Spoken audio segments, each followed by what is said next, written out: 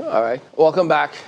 Yes, indeed. But we actually do have two people, not just Isa Gusau. There's also Richard Musa, who is the leader of Sawa Development Association. So we should be getting, hopefully, the connection to Maiduguri, where both of them are, just to get feedback. You heard some members of the National Assembly speaking up about, funding, the current situation with the war, why should we be where we are, and why they think otherwise. Well, yes, indeed, Issa Gusau and Mr. Musa, thank you both for joining us today on Sunrise Daily. Well, first of all, by way of getting feedback as a result of what is actually the situation on the ground, we know that the military, they're doing as much as they can to see that, we rid ourselves of insurgency. So, Mr. Gusau, yes, there are many who have said there are just about very few communities. They talk about Polka, Lemikara, but that Gusau still has, Goza still has a lot of challenges. From your assessment of what you've seen on ground, what can you tell us? Well, I think there's hope. Like we have always admitted, the fight against an insurgent group is usually a very complex one. You are dealing with people who can um, try to look like you, who can mix with the civilian population. The other time, some of the Boko Haram members were seen wearing not only military uniforms, but even the uniforms of the civilian JTF. These are the kinds of people you are dealing with. So fighting them is not an easy one. But I know that the governor of Borno State, Professor Babagana Umar Zulum, as we have explained, has become very aggressive in trying to combine all kinds of approaches. In the last 100 days, of his being in office, he has procured and distributed more than 200 surveillance vehicles. We are increasing the number of hunters aggressively. They are being recruited, to work with the military.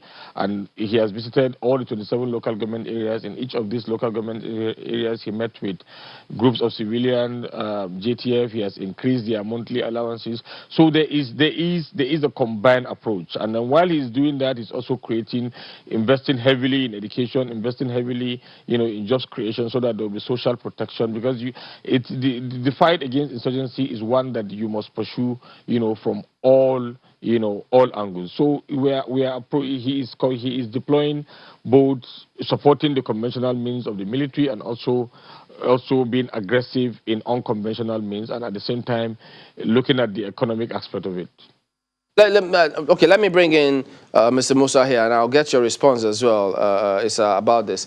Well, Mr. Musa, is it really the case that from the reports that we see here, that you still have about 49 towns to be freed, but yes, Goza town, Lemikara, Polka happen to be the only ones that are, well, relatively free, even though 500 meters from each other, you still have some challenges. Is that the case?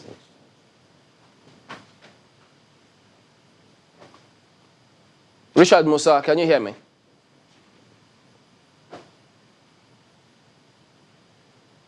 Okay, I can't seem to get any feedback, any message whatsoever. If any one of them can. I can barely hear. Oh, okay. Since they can't, we'll just see how we can go ahead and correct some of those and ensure that we get back to them. But you just heard some of the impressions that he's given. But, there are also questions about... Mr. Gusau, can you still hear me? Yes, I can hear you. Oh, great. Okay. But what about Mr. Richard Musa? Can he hear me as well?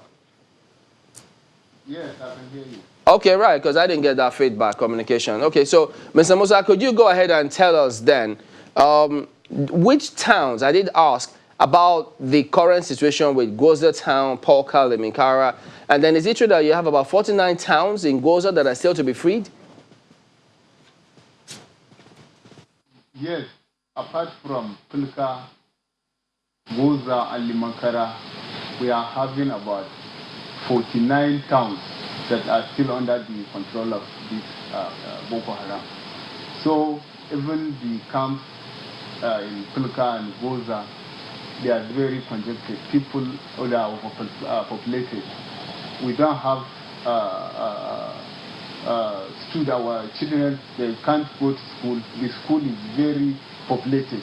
You can, one class, you can see like 100 and above pupils are in class, which is not good for education. And even people, they can't even go to farm. 1 kilometer from town, you can't even go to get something or firewood. So we need urgent intervention of the federal government to come to our aid. And we call on the federal government and let them join hand with the current governor, because they are trying, this governor is trying his best to make sure that we all go back to our normal places. But he alone, he can't do it. We need to join he needs cooperation from federal government, as I say, because in Pilka, for example, people are very populated there. So we need to extend the camp, especially to Goza, East, Goshi, Kirawa, Pilka, Barawa. If we can able to go and establish camp in this area, the population will be reduced and people will be very happy, because we are hard workers, we are farmers, we don't depend on government alone. We need to go and do and look for food by ourselves. We don't depend on government. We don't, even the food that is coming to camp, it will not enough for people. So if they can able to clear this area, our people will go, and the money that are supposed to be channeled, spent on the IDP, they can channel it to build hospitals and schools, so that we know we are in our town. Because we living in a camp is like you are living in a prison, because you are dependent. You don't get anything for yourself until they bring it to you. So this is not good for people. We are not happy about it. We are not happy in living in camp. We want to go back. I'm calling, please, for those that are in authority to look into the situation very seriously. We are not happy. We are scattered everywhere. We are in, most of our people are in Cameroon. Some of them are in Nigeria here. If you go to Benin, we have our people, Taraba, Adamawa, even Bauchi, Jos. We are scattered in Nasarawa. So we need to go back. Please, I call on federal government to please come to our aid and help us. Speaking of people needing to come back, now this is for Mr. Gusau.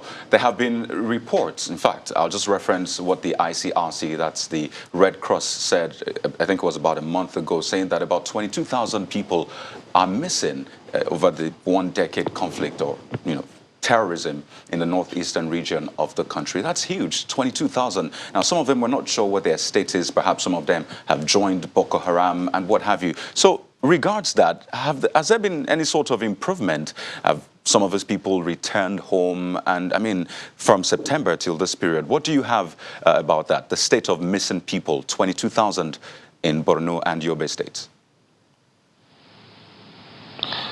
Well, the Boko Haram has always been a group that wants to showcase its presence. Everything they do is to attract publicity, to attract attention to themselves.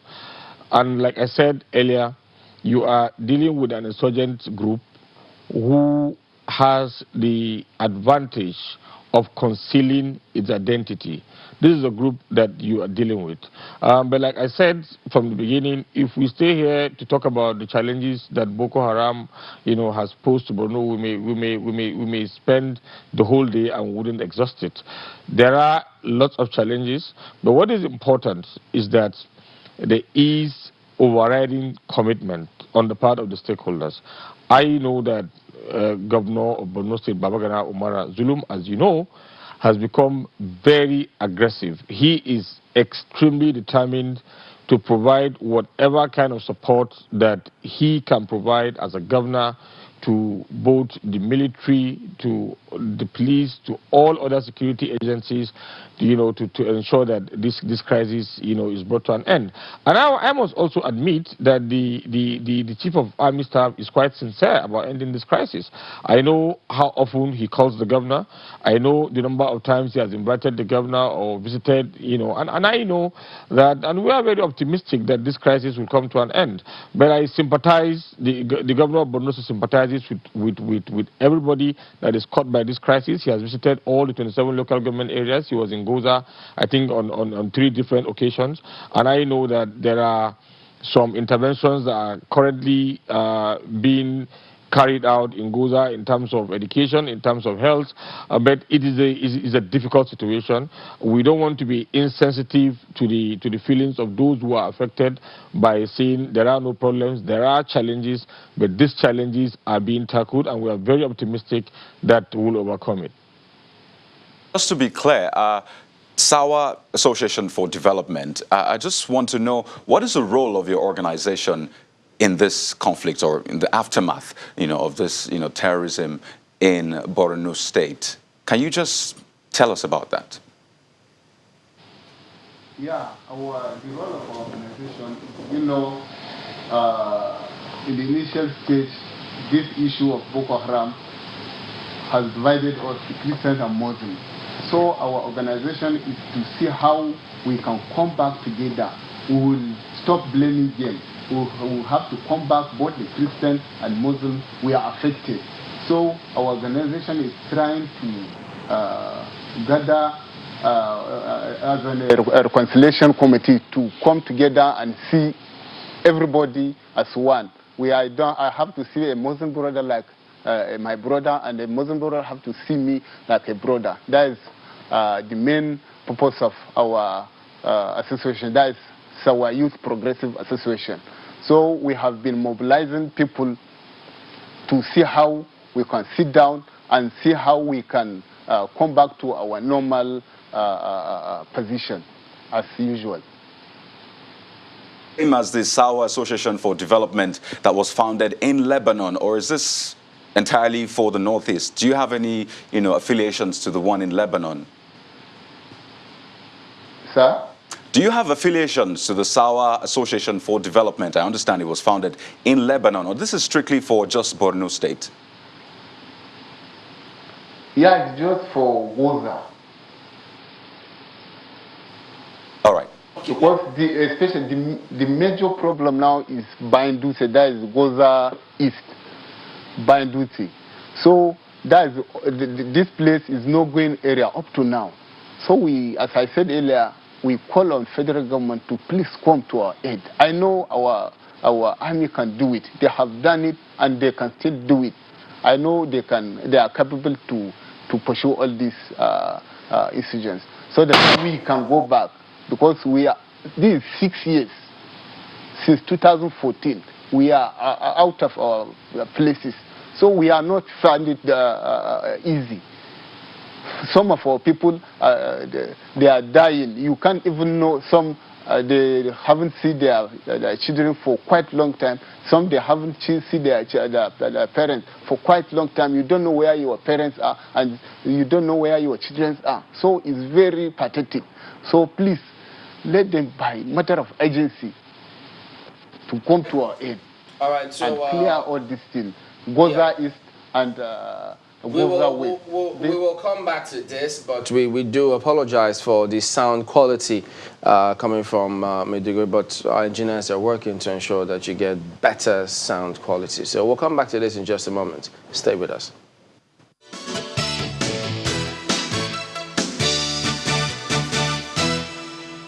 Welcome back. It's our concluding moments now, but Issa, let me ask you. Yes, you did say the governor, the government and the relevant authorities are aggressive this time to ensure that continuing efforts to curtail all of this. But the dry seasons will soon be here. Have you seen enough to warrant at least, if not cautious optimism, about what to expect? Because you know what dry season usually comes with in this fight against insurgents. I would say I have. What I've seen is unquantifiable commitment on the part of the governor of Borno State, Professor Babagana Umar Zulum. Like I said, when he assumed office, one of the things he did within the first 1 week was to increase the monthly allowances being paid to volunteers, thousands of volunteers involved in this fight. Talking about, some hunters, the civilian JTF, and vigilantes. And they have played very significant roles since their formation in 2013, in helping the military, to fight the Boko Haram. He increased, not only did he do that, he was able to get them some operational equipment, and got them vehicles. And now, like I said earlier, he is being very aggressive in terms of recruiting a lot of hunters. Hunters are being mobilized from different parts of northern Nigeria. And as they are being mobilized, they are being deployed, in conjunction with the military. They are being vetted. They come under the military's operations. And is a major boost of everybody's confidence. I want to believe that even the military, is quite encouraged by what the governor is doing.